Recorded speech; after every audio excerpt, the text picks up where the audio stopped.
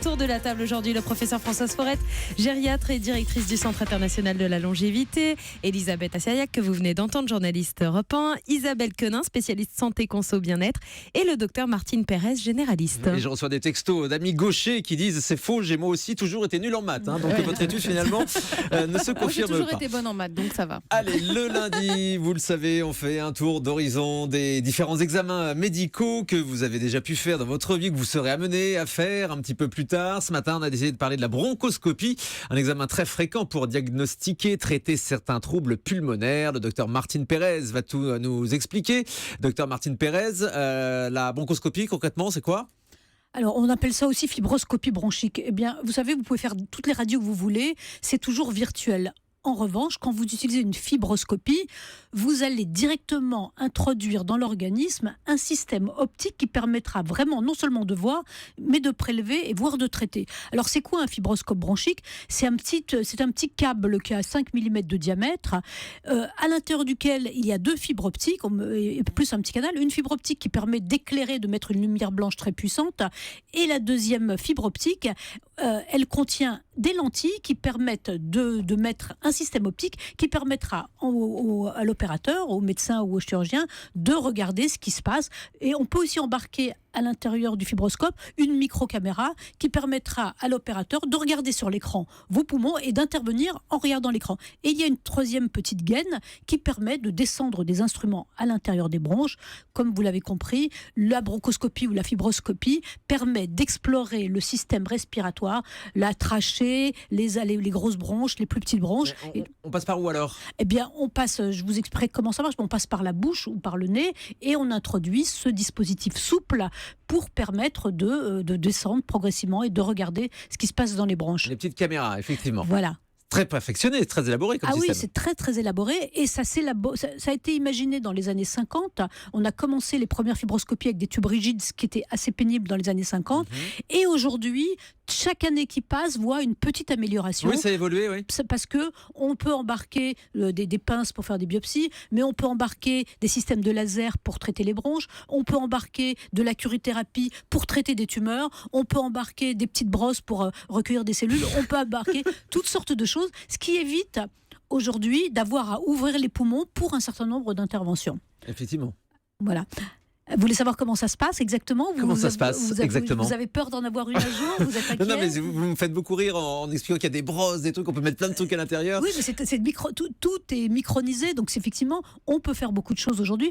Autrefois, les chirurgiens étaient les rois du monde dans le système médical. Oui, aujourd'hui, il n'y a plus forcément besoin d'ouvrir. Aujourd'hui, dans beaucoup de disciplines, eh bien, les chirurgiens, ils font plus grand-chose. Enfin, j'exagère un peu, je caricature. Mais aujourd'hui, partout ces systèmes optiques, il y a les fibroscopies, on avait vu avec Gérald Kierzek, les fibroscopies digestives, les coloscopies, et là, on voit aujourd'hui comment on peut explorer les bronches, les poumons, et éventuellement intervenir. Est-ce qu'il y a une anesthésie nécessaire pour cet examen ? Alors, vous arrivez le matin, il vaut mieux être à jeun si ça se passe le matin. En tout cas, il ne faut pas avoir mangé pendant les quelques heures qui précèdent l'examen. On vous met en position semi-assise. On vous met des anesthésiants locaux par le nez ou par la gorge. Juste anesthésie locale. On fait une anesthésie locale. Alors, on dit que les personnes âgées supportent mieux l'examen que les jeunes parce que peut-être qu'ils ont plus de muscles, qu'ils ont plus de tonicité. On peut vous donner quelque chose pour vous calmer, vous détendre, un mieux relaxant. Et puis si vraiment les personnes ne supportent pas, on peut éventuellement le faire sous anesthésie générale. Mais globalement, ça se passe sous anesthésie locale. Il faut vérifier que vous ne prenez pas d'anticoagulants, que vous n'avez pas de troubles de coagulation, que vous n'avez pas d'allergie aux produits anesthésiants. Et donc, une fois qu'on vous anesthésie la gorge, la trachée, par la bouche ou par le nez, on insère cette petite sonde qui a 5 mm de diamètre, donc qui n'est pas énorme non plus. On essaie de vous relaxer et le médecin la descend progressivement et examine progressivement les cordes vocales, la trachée, les poumons, les trois bronches principales et quelques petites bronches. L'anesthésie, c'est une piqûre au niveau de la gorge ? Non, on peut utiliser des gels aussi. Il y a des gels qu'on injecte au niveau de la trachée. Ça peut être aussi des anesthésies de contact. Tout dépend de votre niveau de tolérance. Au cours de l'examen, je vous dis, vous faire des micro-anesthésies s'il y a un anesthésiste présent pour vous calmer un peu. Malgré l'anesthésie, ça doit pas être très agréable. On sent rien quand même ou... Alors, c'est vrai que ça fait pas partie des examens médicaux les plus agréables. Les gens qui la pratiquent. S'enfoncer des trucs dans le nez ou dans la gorge, c'est pas terrible. Bon, mais vous avez une anesthésie. Tout dépend aussi de votre degré de calme et de self-control. Mais c'est un examen qui permet effectivement, qui vous apporte beaucoup sur la connaissance. Si vous avez un trouble, si vous saignez, si vous crachez du sang, Bien sûr, il faut savoir ce qui se passe. Si on a peur que vous ayez un corps étranger à l'intérieur à l'intérieur des bronches, si on a peur que vous ayez une maladie inflammatoire des bronches, si on n'arrive pas à diagnostiquer une infection, si on a vu à la radio ou au scanner une tumeur, mais on veut savoir de quoi il s'agit, c'est des examens qui sont incontournables pour savoir ce qui se passe. Ça permet de voir plus de choses qu'à la radio ou lors d'un scanner ou d'une IRM. Oui, parce que quand vous faites un scanner ou une IRM, vous avez des images complètement virtuelles. Vous ne savez pas ce que c'est, vous ne les touchez pas, vous ne les prélevez pas. La bronchoscopie a pour objectif de faire un prélèvement. Ça peut être une infection, ça peut être une maladie inflammatoire, ça peut être une tumeur bénigne. Mais là, vous, avec votre système optique qui permet d'embarquer des micro-pinces à biopsie, vous faites un prélèvement biopsique. C'est télécommandé par le médecin, c'est ça ? Oui, le médecin à distance, il a les moyens, soit il regarde sur l'écran, soit il regarde dans son système optique, et il fait des micro-prélèvements. Une fois que les sondes sont passées, c'est pas atroce, ça dure entre 15 et 30 minutes. Et quand vous en sortez, on vous enlève tout le système. Bon, il faut attendre un petit peu avant de repartir chez vous, surtout si vous avez eu des myorelaxants. Il vaut mieux que quelqu'un vous ramène chez vous en voiture pour éviter que vous preniez votre voiture et que vous si ayez vous êtes encore un peu endormi, c'est pas génial. Si vous êtes un peu endormi, ne mangez pas tout de suite parce que l'anesthésie de la gorge peut faire des fausses routes. Voilà, vous pouvez après avoir des petits saignements, mais vraiment, c'est des examens qui permettent vraiment d'améliorer la connaissance du poumon chez les personnes qui sont malades. Donc ça, c'est vraiment un examen indispensable parfois.